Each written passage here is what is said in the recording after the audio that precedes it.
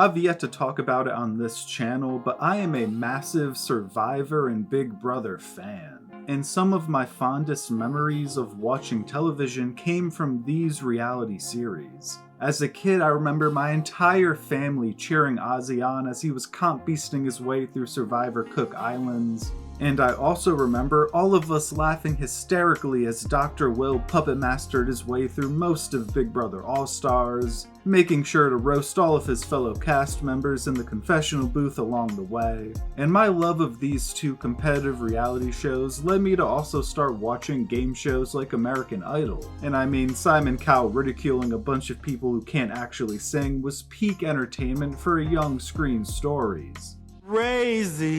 Crazy for feeling so lonely. I'm crazy for feeling so blue. And I remember wanting to destroy my television screen when Chris Daughtry got eliminated during season 5. But my interest in reality television kind of stopped there. I had some classmates and friends who were obsessed with Keeping Up with the Kardashians and the Jersey Shore, but I just didn't see the appeal of those shows. If there wasn't a big cash prize that everyone was competing for, I simply wasn't interested. But all of this changed when I grew up a bit and stumbled upon a show called 90 Day Fiancé. You're always defending that goddamn and you're comparing me to her all the time! Now in truth, the 90 Day television universe is quite complex as there's many offshoots of the OG show. You have 90 Day the Other Way, 90 Day Happily Ever After, 90 Day Pillow Talk, 90 Day The Single Life, 90 Day The Last Resort. There's essentially a show for every possible stage of a person's life, but this is kind of perfect because it allows you to follow a couple or individual throughout their entire journey. And the characters that hooked me into this universe were Gino and Jasmine. Now, if you're familiar with this couple, you know exactly why I found them so riveting to watch, but if you're not familiar, ooh boy are you missing out. You see, Gino and Jasmine were doomed from the start. She is a toxic, hot-tempered woman who knows she's far out of this man's league. And Gino is a creepy, poorly dressed chronic masturbator who met Jasmine on a sugar baby website. I could see from a mile away that these two were destined to implode and fail as a couple, but while this fact may have been obvious to everyone watching, it wasn't obvious to them. And we got to watch this couple start on Before the 90 Days, where it was revealed that Gino sent Jasmine's nudes to his ex-wife. Why the did you send her my nudes? That was part of my privacy! How can you do that? How? We got to watch them on the OG 90 Day series, where it was revealed that Jasmine stole $10,000 from Gino to get botched ass implants. If there is a prenup, I'm not gonna marry you. And eventually they got married, and of course their marriage fell apart rather quickly, leading to them culminating their story on 90 Day The Last Resort, where they attempted to get therapy to fix the sinking ship that was their marriage. You couldn't. You're the worst sexual person in the world. And if you're not really a reality TV show fan, you might be thinking to yourself that watching a couple completely unravel like this is quite cruel. And you're not necessarily wrong, but goddamn is it entertaining. You see, reality television like 90 Day scratches an itch that no other film or television series is going to hit. It allows you to realize that maybe your life isn't so bad as you watch certifiably insane people crash out on national television. You're a cheater! No, I'm not. Yes, you are! I never. Yes, you But are! that's not cheating. Take me out! Yeah, I'm dropping you off. But also, you occasionally find a diamond in the rough who are a non-toxic couple, so you get to unironically root for them as you eat some popcorn and enjoy the other couples burning out. And there is something wildly fascinating about getting to psychoanalyze people and really attempt to assess how to fix someone else's relationship. In a way, getting to see all of these people making relationship mistakes almost informs you of what not to do and how to handle yourself. The 90 Day universe also introduced me to something that I think is the peak of trashy reality television, and that is the tell-all. The tell-all is typically a multi-day, multi-episode reunion of sorts where all of the reprehensible characters from a season get put on blast. You don't even own what you said to me. You I am looking at you, telling you I don't like you. I am owning it. I don't like you. I don't like you either. He's telling me I'm not owning stuff. You don't know who I am. Ed, you literally just... And the tea is simply exquisite. Admittedly, you'll have a couple or two every season whose segments you just fast forward through because they don't really pique your interest, but the tell-all is one thing you won't want to fast forward even a second of. And for some reason, certain people always start random beef with other cast members off camera, so there's almost always some people going at it. Love is him. I would never cry over some bitch who sends him naked picture. I'm sick of hearing her be the victim, man.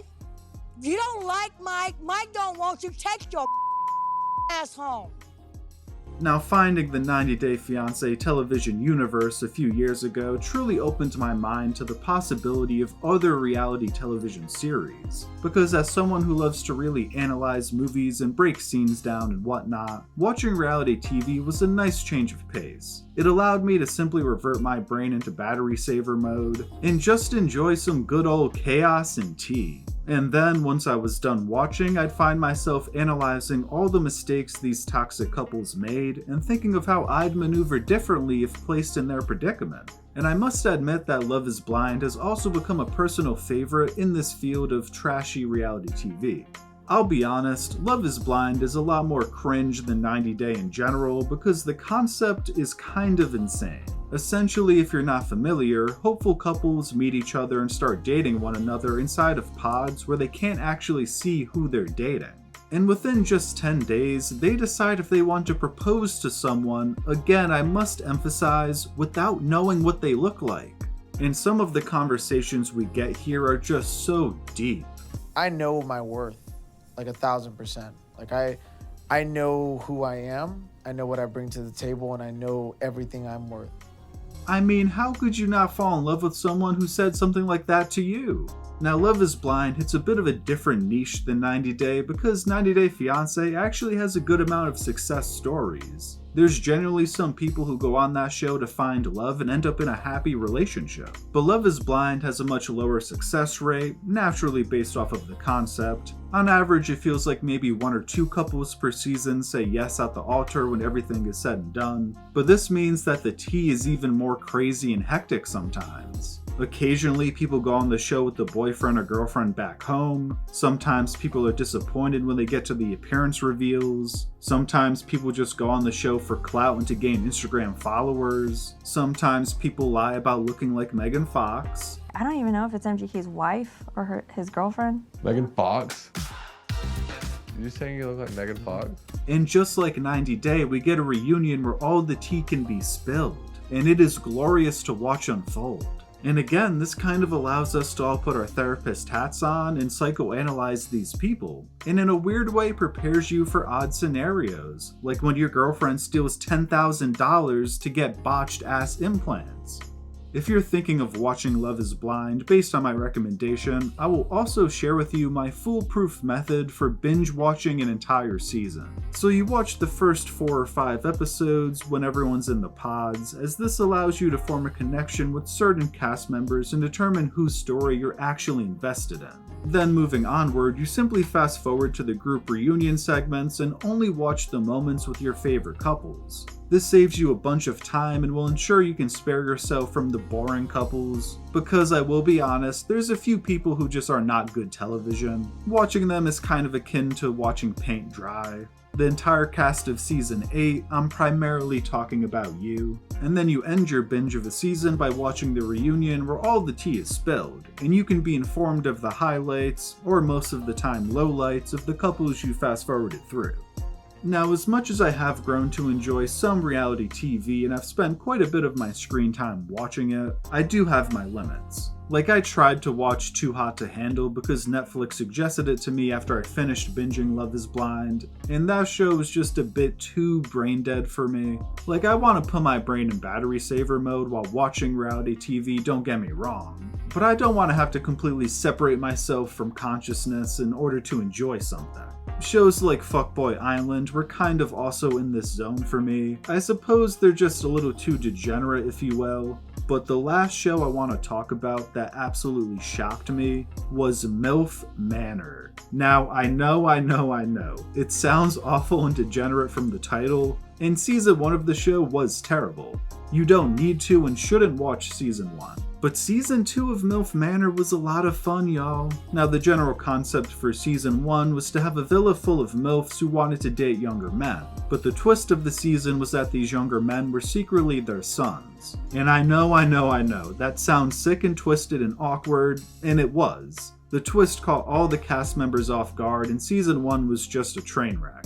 But season 2 of MILF Manor saw the showrunners learn from their mistakes. They chose dudes in their 20s who weren't related to the MILFs this time around, and the twist of the season was that their dads also joined them in the house. So the women had to choose between men their own age or younger guys. And it was still a little awkward at times, but the drama and tea was so much better. You had girls trying to steal men from each other, wine-fueled crash outs. Hi, Rebecca. Bye, bitch. That's so cute of you. No, keep going on, babe. What's that? Just trying to see where you stand. Where I stand? Where she stands. And it was just a fun watch. My only real critique is that we needed a tell-all or reunion. By the end of the season, there were cast members who generally hated each other, so we should have seen that culminate on screen.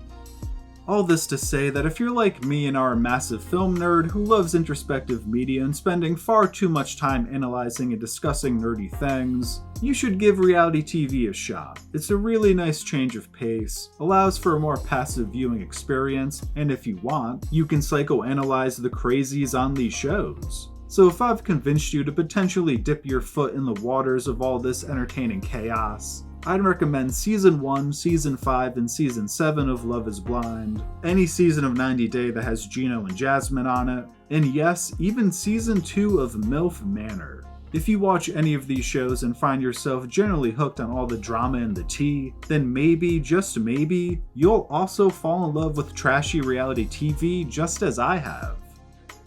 Well, if you made it this far, please let me know, assuming you're also a reality TV whore, what show or what cast member kickstarted your love for this wild genre. Also, if you do watch any of the shows I recommended, please let me know what you thought of them. Anyways, if you enjoyed this video, please feel free to drop a like and subscribe for more Screen Stories content. Until next time, peace.